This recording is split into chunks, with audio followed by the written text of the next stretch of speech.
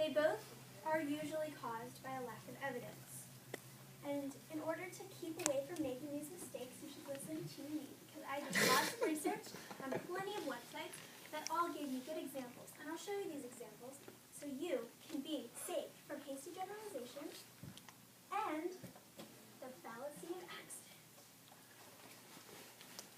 They go together excellently because they both make assumptions about information, and they usually use some kind of wrong information. And for hasty generalization, you're usually using a small sample that's just this big when you're trying to get the big picture, which is this big. It's not proportional whatsoever.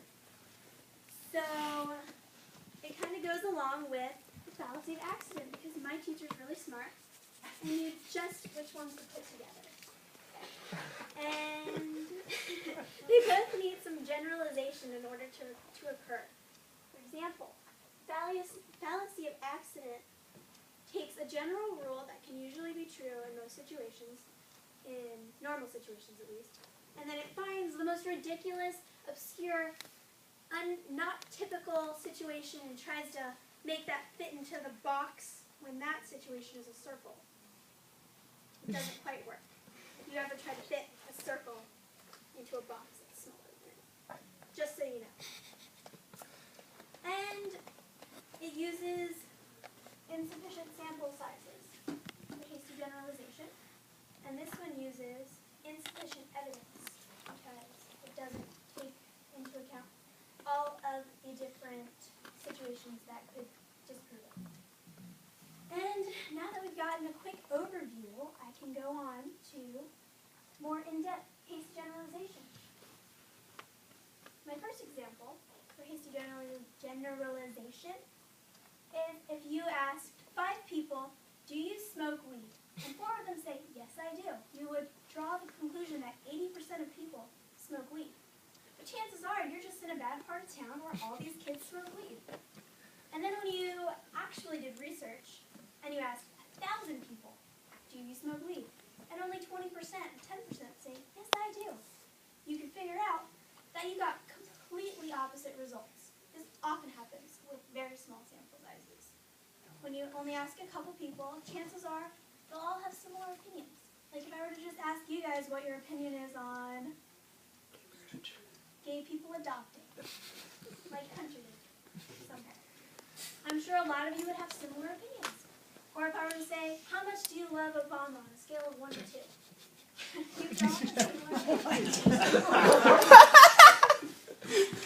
But if you were to ask the whole country, about 56% of them would be like, oh, I love him. The other ones would be like, Romney, America, freedom, guns, and stuff like that.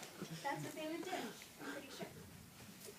And it's a pretty bad fallacy to have because it usually means you were kind of being lazy and didn't really do a lot of research on your topic.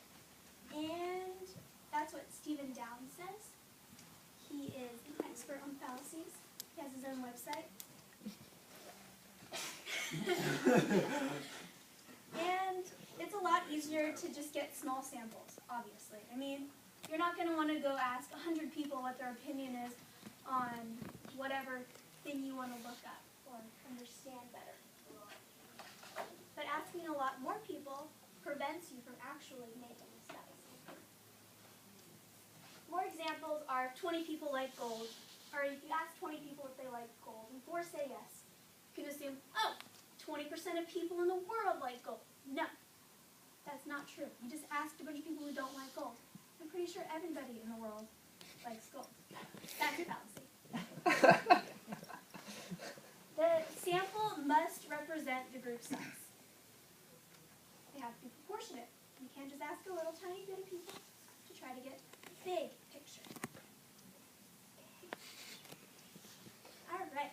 And hasty generalization is basically a lack of evidence for proper research, and it's kind of just overlooking a lot of people's opinions. And now we'll go on to the fallacy of accident, which is an overlooking of an exception to a general rule.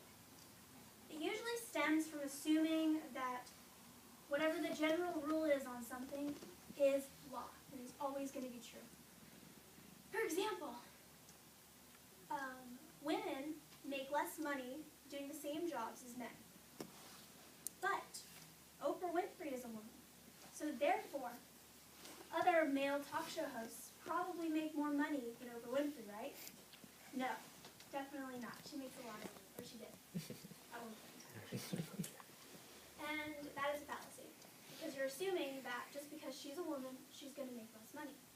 Which she doesn't. Yeah. And then I have a question for all of you. Do you guys eat what you buy?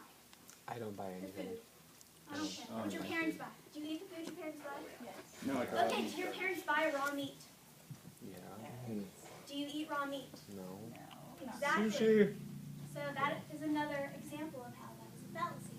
Because you're assuming just because you eat what you buy, you're going to eat it in that specific state. Raw meat. You probably don't eat raw meat. I'm sure Patrick does. Basically, the fallacy of accident, or the presumption fallacy, is trying to fit a very general rule into any situation, which doesn't necessarily work, as I have showed you with my lovely examples. And for the final one, say your neighbor is completely drunk and he comes knocking on your door with his gun in hand and says, "Is my wife hiding in your basement?" And she is hiding in your basement. Since the Bible says you shouldn't lie, are you going to tell him, "Yes, your wife's hiding in the basement. Take her away"? No, this is an exception. And it takes an accidental character trait, assuming that it's always going to be true and necessary. These fallacies correlate with each other because they're both assuming something. They use limited evidence to try to exemplify the whole picture of everything. And the fallacy of accident uses just a general rule to apply and tries to get the ridiculous statement or an orthodox statement to fit. And the hasty generalization is trying to use a really small sample in order to get